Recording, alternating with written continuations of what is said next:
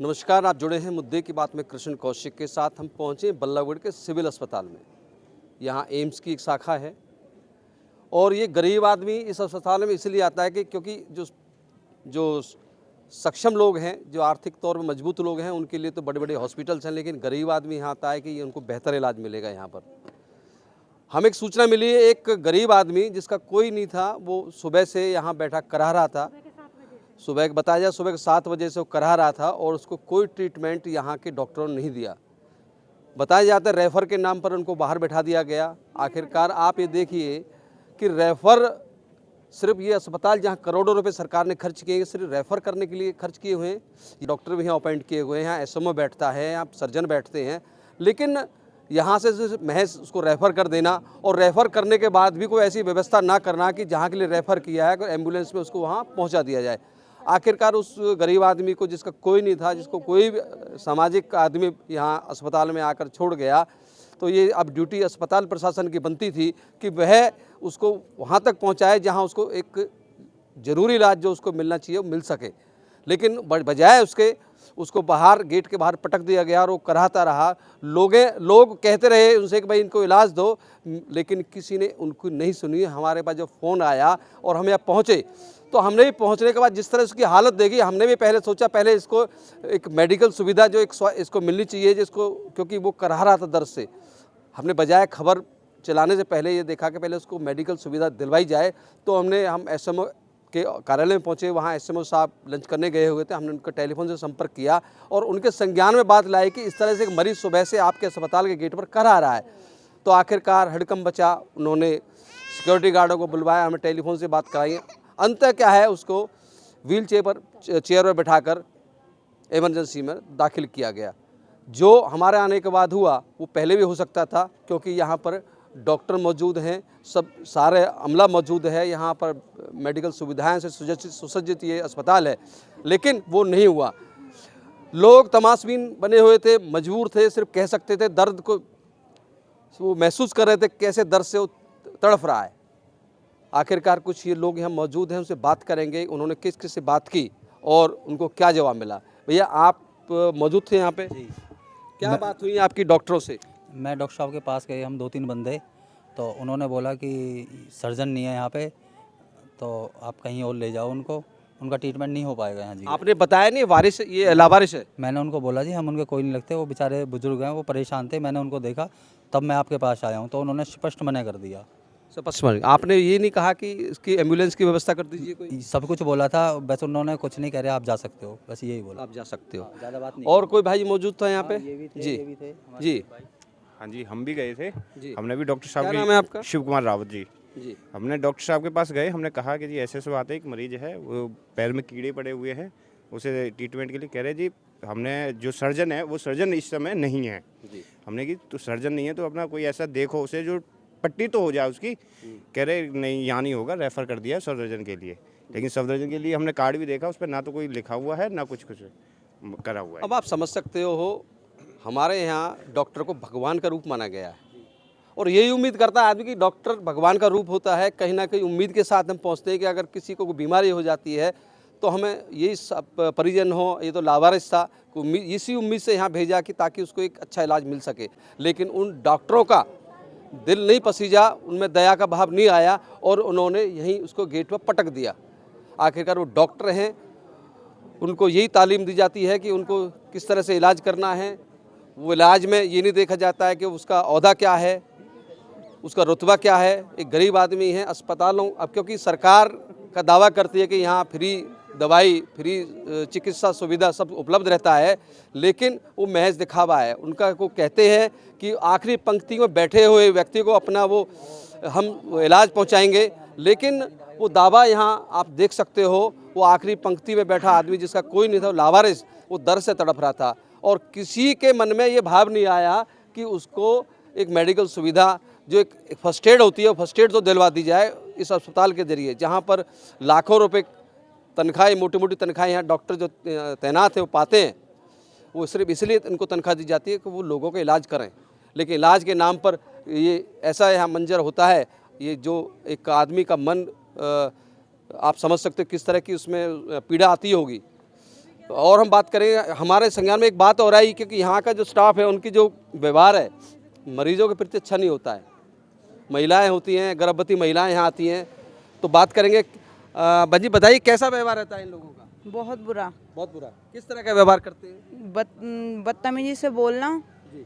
उल्टा सीधी बातें करना, ऐसा लगता है जैसे कि उन पर बोझ आ गए हैं। बोझ आ गया है। हाँ जी, सही कह रहे हैं आप। बोझ समझते हैं। जी जी हाँ बेटा बताइए। मैं 2 महीने से परेशान हूँ और ये बिल्कुल अजीब व्यवहार कर रहे हैं कि जैसे झगड़ा वगड़ा। से सुन ही नहीं रहे अब। क्या नाम है, क्या बीमारी है आपको?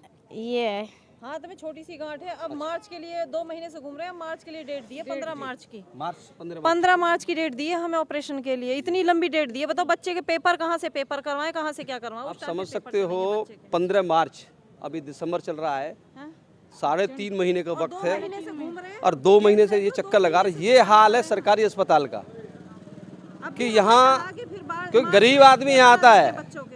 अगर इनके पास पैसा होता तो ये बड़े अस्पताल में पहुँचते और वहाँ इनका तुरंत इलाज होता, लेकिन पैसा नहीं है। पेपरों की वजह से बहुत छुट्टियां करवाई हैं कि पेपर छुट्टी करवा के टेस्ट करवाएं। एम्स में दिखाया है, क्योंकि ऑल इंडिया मेडिकल का नाम है, लोग पहुँचते हैं, इस नाम से लोग पहुँचते हैं कि अच्छा इलाज मिलेगा। ज्यादा कहो तो ये कह रहे हैं रेफर कर देंगे दिल्ली के लिए। दिल्ली में सुनवाई है? दिल्ली में तो यहाँ से भी बदतर हाल है। दिल्ली में तो चाहे कोई पेशेंट मर जाए 4 दिन तक पड़ा रहे, उसको उठा के बेड चेयर पे भी नहीं लिटाएंगे दिल्ली में तो। ये आप कुछ कहेंगे? जी मैं इसकी मम्मी मम्मी ये मौसी है। आप समझ सकते हो। के साथ कोई ना कोई अंदर जाना चाहिए। गर्भवती के साथ किसी को नहीं जाने देते। किसी को जानकारी है, किसी को नहीं है। गर्भवती के साथ एक लेडीज जाना जरूरी है अंदर, चाहे वो लेडीज हो चाहे वो जेंट्स हो।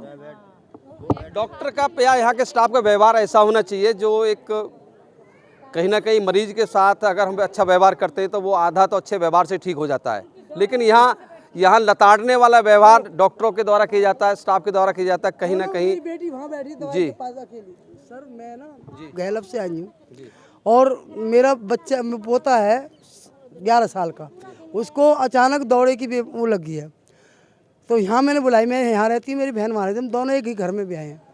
यहाँ आई, आगे बोली कि भाई पर्चा बनवा दो, पर्चा बना दिया, ऊपर भेज दिया कि आपका तो बच्चा 12 साल का है, नीचे जाइए। नीचे चले गए। मैं कही सर देखना रिपोर्ट में, कहते तुम यहाँ बैठ जाओ, डॉक्टर सर्जन आएंगे वो देखेंगे SRR जो होते हैं। वैसे इंतजार में हो।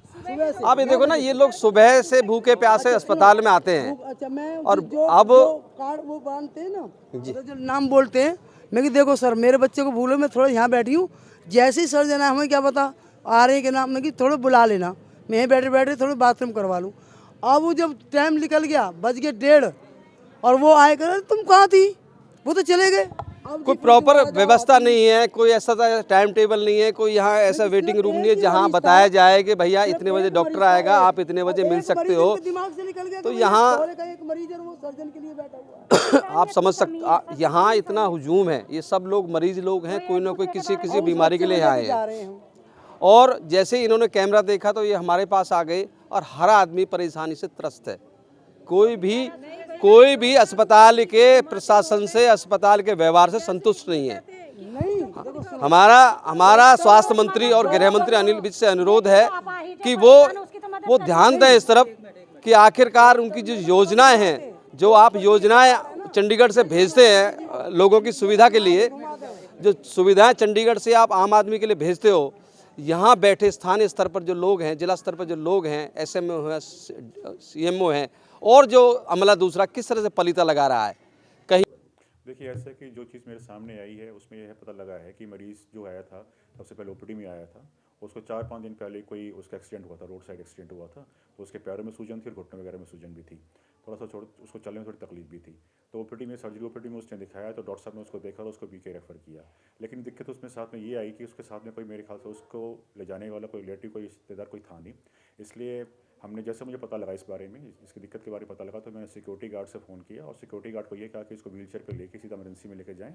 और इमरजेंसी से फिर डॉक्टर से मैंने पूरी बात की कि उसको कोई फर्स्ट एड अगर बनती है, उसको देखने के बाद तो फर्स्ट एड दे के उसको प्रॉपर रेफ़र किया जाए। डॉक्टर ने भी उसके बाद, हमारे जो इमरजेंसी के डॉक्टर्स हैं उनसे मेरी पूरी बात हुई, उन्होंने पेशेंट को पूरी जाँच की, देखा उसको और उसको फर्स्ट एड दी है और उसको हमने तुरंत उसको रेफ़र कर दिया है BK। ये बात ठीक है कि आपके जब संज्ञान में बात आई तो उसको सारी सुविधा दी गई। जो आपका स्टाफ है, मेडिकल स्टाफ है, क्या उनकी ड्यूटी नहीं बनती थी कि उसको तभी भी फर्स्ट एड देने के बाद रेफ़र किया जाए? नहीं, बिल्कुल ठीक कहा आपने कि हाँ भी हमारी ड्यूटी बनती थी और जिसको हमने ये चीज़ मतलब कि कभी मतलब ये चीज़ हमारे रोज़ इसमें नहीं होती है, बल्कि इसमें हम लोग जैसे हमारे पास पेशेंट आता है और जैसे हमको लगता है, डॉक्टर को लगता है कि हाँ भी मतलब कि पेशेंट भेजने लायक है, ठीक है, तो उसको हम रेफ़र करते हैं। कई बार ऐसा होता है कि ऐसे मरीजों के साथ कोई उनके रिश्तेदार वगैरह कोई नहीं होते हैं, तो उसमें थोड़ी सी कभी दिक्कत आती है, लेकिन उस दिक्कत को हमें पूरी अपने स्टाफ के साथ मिलकर पूरी करते हैं उसको।